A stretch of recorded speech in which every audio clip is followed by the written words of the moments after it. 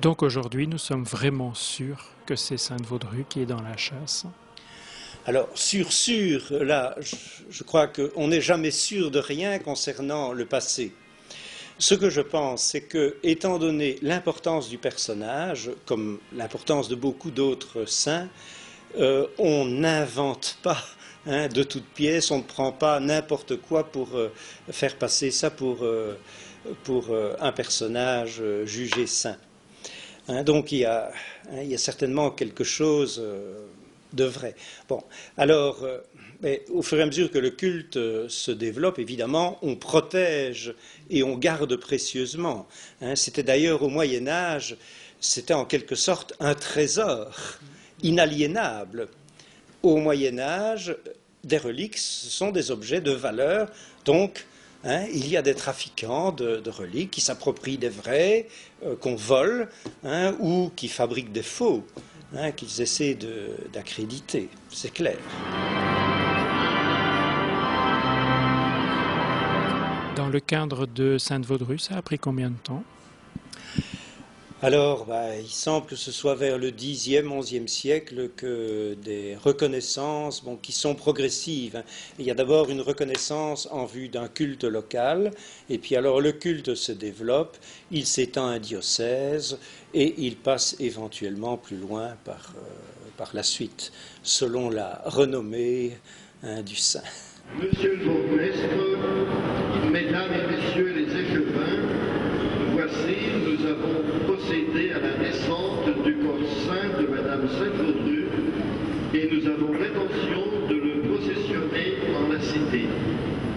Nous vous prions et demandons, ici même, d'en assurer la protection afin que nul mal ni inconvénient lui advienne dedans la cité, mais veillerez à ce que sain et sauf il soit remis et rapporté dans ce lieu-ci dont il est à présent remis et confié à votre loi et pouvoir. Monsieur le doyen, messieurs, nous avons répondu à votre invitation et avons bien ouï et entendu votre requête.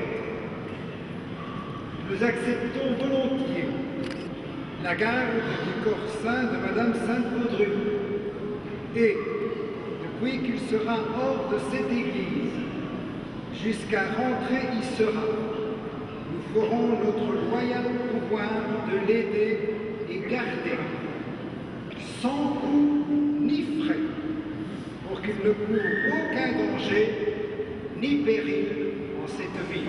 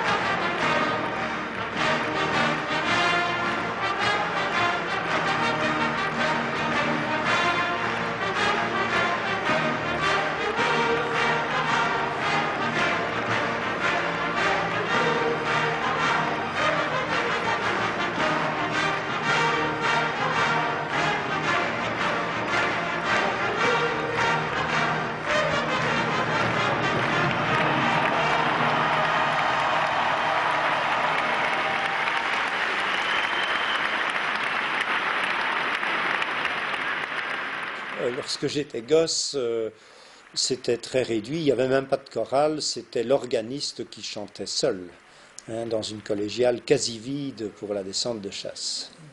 Mes parents n'étant pas des modèles de ponctualité, nous habitions proche de la collégiale, nous arrivions souvent un peu en retard à la descente de chasse et on était au 8e, 10e rang sans problème et on voyait dans le fond du chœur le clergé et le bourgmestre et l'un ou l'autre édile communal qui était présent à la descente de chasse. Il n'y avait vraiment pas grand monde.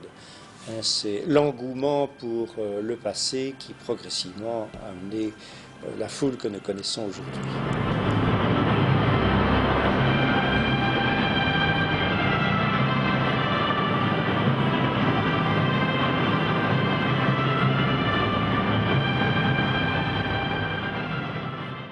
Et il y a une demande énorme de la part de la population montoise pour vivre cet instant. Alors actuellement, oui, c'est sûr, ça procède de cet engouement très général de nos pays pour le passé dans un monde qui s'individualise, qui se mondialise, où les gens se sentent un peu perdus. Il y a un retour vers les racines. Je crois que le succès de la procession et de l'ensemble d'ailleurs des traditions montoises et plus largement ailleurs procède de cela.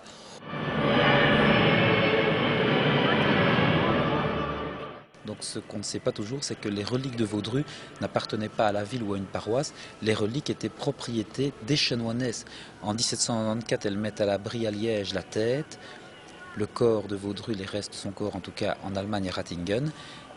Et en 1803, quand la paroisse Sainte-Vaudru, créée le 16 octobre 1803, souhaite avoir les reliques de sa patronne, c'est aux chanoinesses survivantes que l'on va s'adresser pour leur demander de bien vouloir offrir les reliques de leur patronne. Et elles vont accepter de donner quelque chose qui leur appartient encore, les reliques de Vaudru, à la ville de Mons. Et c'est autour des reliques de Mons que la paroisse va alors vraiment se développer. Donc elles ont toujours pris soin de sauvegarder les reliques.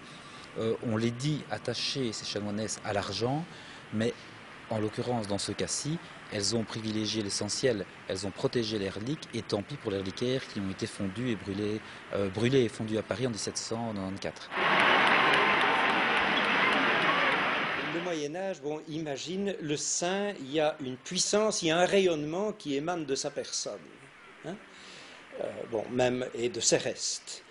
Bon, alors, la caisse dans laquelle il a été mis est imprégnée, si je puis dire, de l'odeur du saint, est imprégnée de la puissance du saint, hein, et elle devient donc, hein, en quelque sorte, une relique aussi, de moindre valeur, disons, hein, mais ça devient une relique. Un objet qui a touché, c'est un peu le même principe. Alors, plus modestement, mais les gens qui, aujourd'hui, vont toucher une châsse ou vont la toucher avec un mouchoir qu'ils vont emporter bien précieusement chez eux, ça procède de ce mécanisme, hein, qui est à la limite du magique, hein, bien sûr. Alors, il peut y avoir de la superstition, hein, mais il est difficile d'en juger, hein, que se passe-t-il dans le cœur et dans la tête des gens? Bon, là, je ne suis pas juge, hein, mais c'est sûr qu'il peut y avoir, comme en toute chose, des déviations. Hein, mais bon, je pense qu'il y a quand même quelque chose de vrai, hein, être en contact avec la personne ou avec ce qu'il en reste ou avec ce qui lui a appartenu, c'est en quelque sorte être en contact avec elle. Hein, un peu comme, bon, on peut être en contact avec un membre de sa famille qui est défunt, en étant en présence d'objets qui lui ont été familiers, de sa photo, etc. Hein, je crois qu'il y a quelque chose de cet ordre-là.